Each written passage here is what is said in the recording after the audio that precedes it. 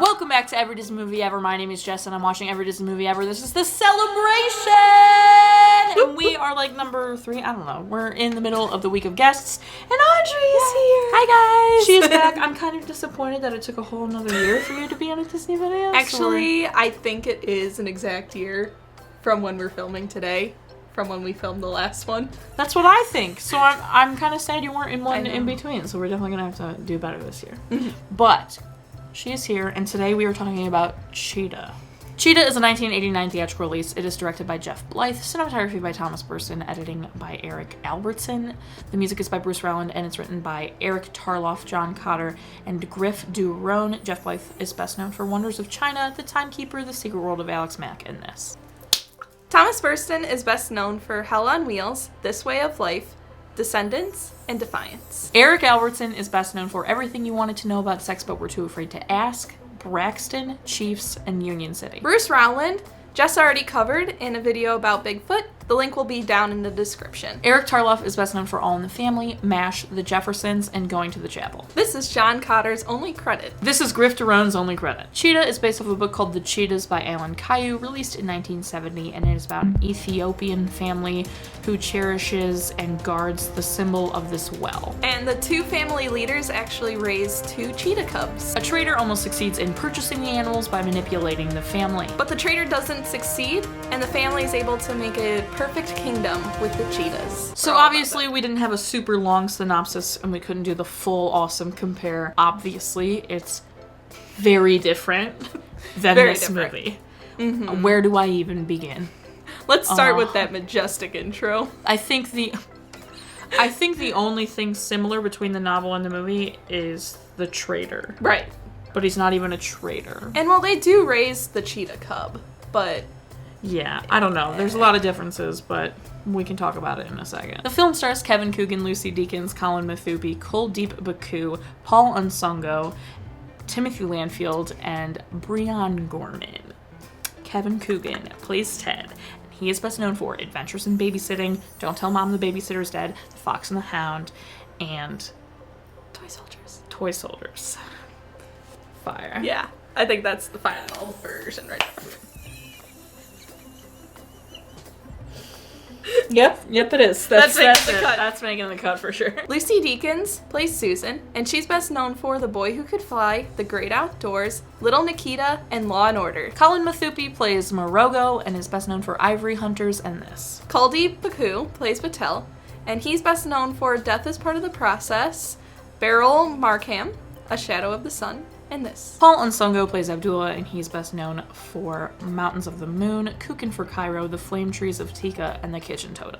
Timothy Landfield plays Earl, and he's best known for The Cooler, The Last Ship, The Young and the Restless, and Alias. Breon Gorman plays Jean, and she's best known for Star Trek Insurrection, Texas Rangers, Ghost Story, and this. Time to talk about the movie! Oh, snap. Audrey took notes during the film. Yeah. Instead of just watching it and then thinking about what to say, she wrote thoughts down while we watched it, like I do. Well, this is serious business. I want to be able to provide the people. So I kinda am thinking, take the floor. Okay, so the movie starts, and it's got majestic music and live animals, so I thought this was going to be like a documentary, or they were going to have like commentary with live animals, with really intense, like, realistic scenes. That intro lasted 30 seconds, and it changed to beachy theme music, and that caught me way off guard. Yeah. It's a pretty drastic shift. The film is nothing what the book is about, so that synopsis did nothing for you. The film is about a family.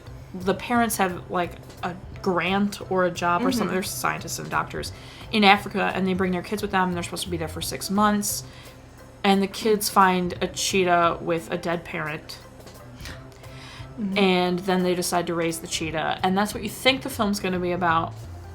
But they raise the cheetah in like 5 minutes, and then Seriously, the film's actually about a man who wants to race the cheetah when they are leaving and how they try to get the cheetah back. That's what really the movie's about. My first thoughts during the intro was this where they got the inspiration for Lion King? Because the sun came up, there was like antelopes prancing in the field, there was elephants and all of this stuff. So I asked Jess actually while we were watching it, I was like, could there be a chance that they were working on Lion King at the same time? Because also too, should we talk about it? She says, so I watched the movie before her, so I could take like all my screenshots and everything without it impeding us having to watch together, and she could really just pay attention to the film. So I watched it the night before she came over, and she goes, do you think this was inspiration for Lion King? And I was like, just wait. Because there is a song in the film that these men sing where they say, Hakuna Matata. Yeah. And then they wear shirts that say Hakuna Matata. And then Morogo says Hakuna Matata, no problem. And it's throughout the entire movie. And even the end credit song brings that song back, and it's Hakuna Matata. And it's really fun. It's a beachy, fun little song. But I was like, so then she says, was it inspo for Lion King? And I was like, I'm thinking a little. Just a little wee bit. So then, your reaction. I was like, listen to the words. When they started saying, she was like, okay. She's like listening, she's jiving to it, and then they say, Hakuna Matata. And she was like, oh! And I was like, I know. Yeah, you know that Chris Pratt gif where he from The Office and he goes, yes. That was me. That was her. I also was really quick to notice that the dialogue sucks.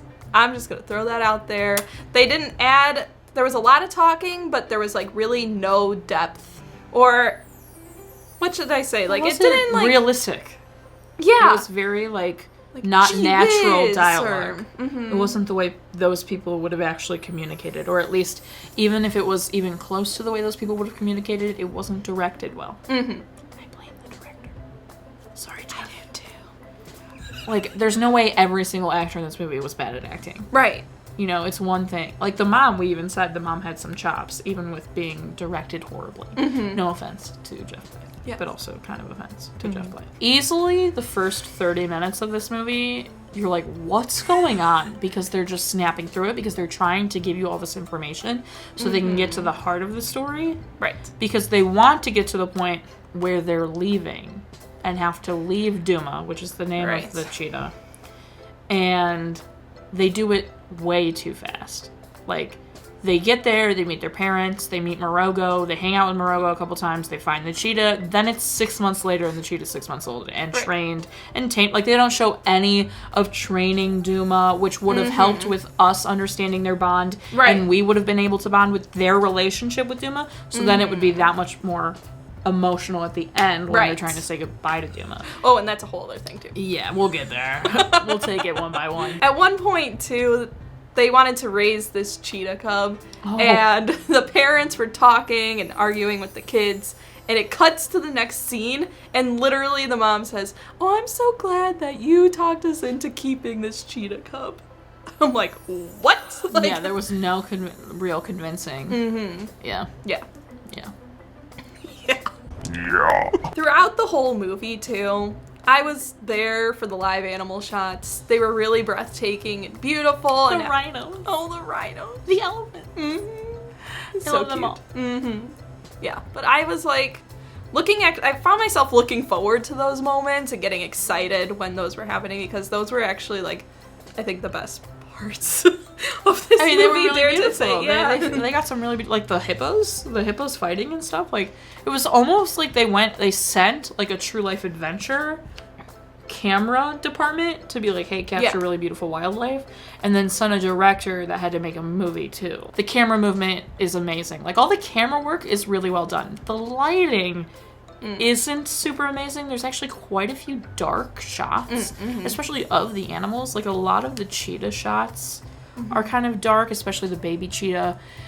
But the cinematography itself, like the movement and the framing and all that, was really well done. It was a breath of fresh air, because I haven't watched the theatrical release in a while. Morogo's definitely the winner. He is. Of this film, Morogo is the best character in this movie, easy. Literally, this whole movie is focused on how a cheetah is so fast it could beat a greyhound in running. And, like, cheetahs are the fastest land animal, and, like, whole thing. And then at the end, the poacher tries to run from the cheetah. And he started running, and I was like, is this dude really trying to outrun a cheetah? Like, use your brain, dude. Like, no, that's never gonna happen. Not even, I don't care how badly you probably injured that cheetah. It's still gonna get you. It can run 70 miles per hour. Also, there's apparent death. Yeah, which I pointed out. Yeah, you did. I didn't really enjoy it the first 30 minutes. Totally. And that's where most of my notes actually came from. Yeah. And once they decided, halfway through, the kids were about to go back to school and get on the plane, and they realized and were starting to connect the dots of what happened to Duma. So they wanted to just figure it out and help her and save her. And that's when I really started to enjoy this movie. That's definitely the shift. That's definitely when the movie, like, from then on you're into it, because that was same for me. I don't really have anything else to say. Cheetah was, it wasn't horrible. I mean, it was beautiful visually, and, like, the second half of the film is strong.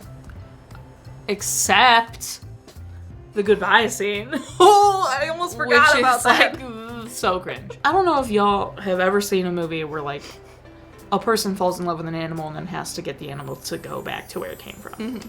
Very common concept in a lot of movies. Flipper, you know. Can't name any others, but there's definitely others. Yeah. Where they're like, go! Or, well, Journey of Natty Gann kind of has the wolf going back to the wilderness moment. And, like, they do that. They're, like, setting Duma free, and they're like, go, Duma, go. And she won't go, because she loves them. And they're, like, so emotional having to shoo her away, and they turn their backs, and they're like, go away, Duma! And they're, like, crying, and and you feel none of this, because you didn't go through any of the bonding with them. Right. Because it was literally like, we got the cheetah, we want to keep her, 6 months go by, now she's grown, and we have to leave her. Yeah. You get none of, like, them bonding with her cute little person, nothing. You're just supposed to be like, cute, they have a pet cheetah, now they don't. I felt none of the emotion when I was watching that scene, and she was doing, like, her, go away, Duma. I was like,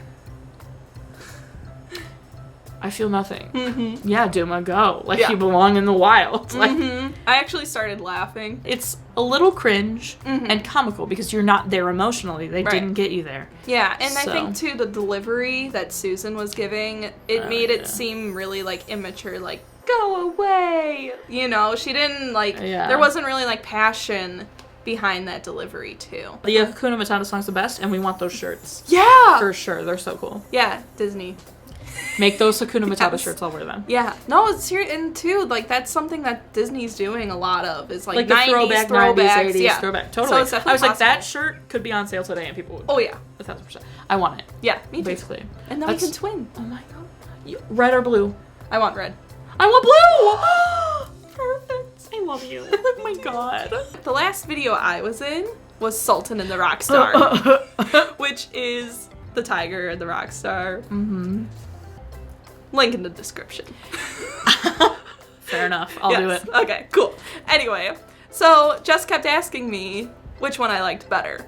And I would have to say that this, entertaining-wise, for, like, the actual content of the movie, you know, not entertaining for making fun of it, because we did a lot of making fun of Sultan and the Rockstar, but I was actually, like, captivated by this plotline, I think, a little bit more than Sultan and the Rockstar, so I would have to say this is better than Sultan and the Rockstar. I would say this is better technically, and probably better story-wise as well. However, I think the relationship between him and that tiger is built up so much better than the relationship between this cheetah and those kids. That's true.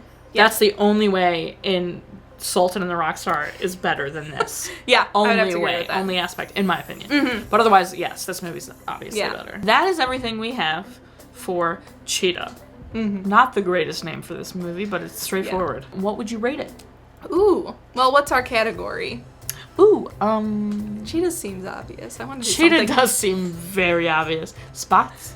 Ooh, spots. I like Greyhounds? that. Just No. cuz? Spots. Definitely spots. You want to do spots? Yes. Cute. Okay. So, I'm trying to remember what I gave Sultan and the Rockstar. I have no idea. I don't know if any of you guys remember, hardcore people. We could go check, but we're too lazy. Right. So, I'm going to say I would give it...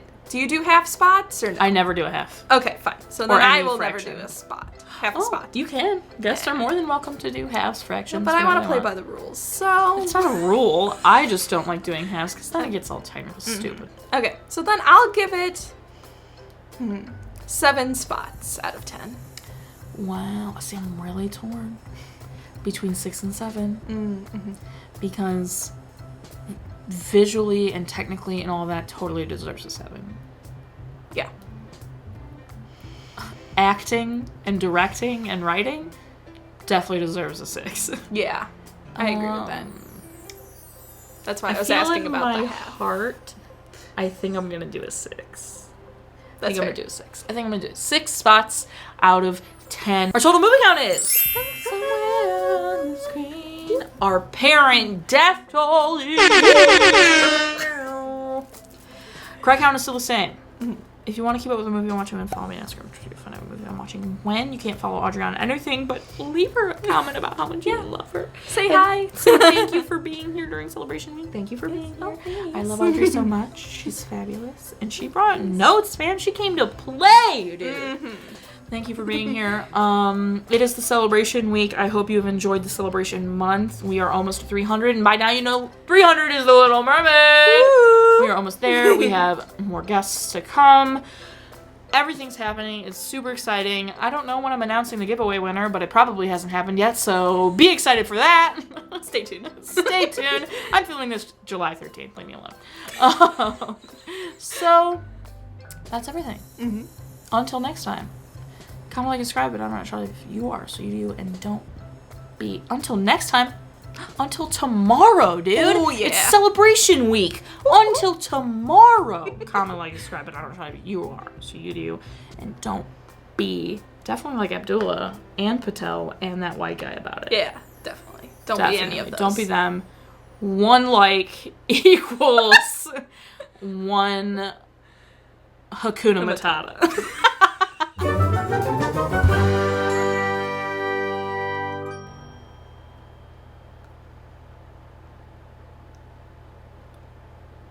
Timothy Landfill. Well, That's how we think of us acting. That's what we think of us acting, that's for sure. I would really love to have 10,000 subs by the end of the year. ooh, That's a goal. I like that goal. Share this video with your friends who love Disney, or if they don't love Disney, maybe they'll love me. Okay? Yeah, I'm sharing this video, so you know. Of course, you're in it. Well, I share like the ones that make me laugh too, though. Good, thanks. Not good, you don't have to do anything. You don't even have to watch them, but I really appreciate your love and support. I'm behind right now, but I'm probably not right now. I don't care at all. Cool. Okay, great. Thanks. Love you. Bye.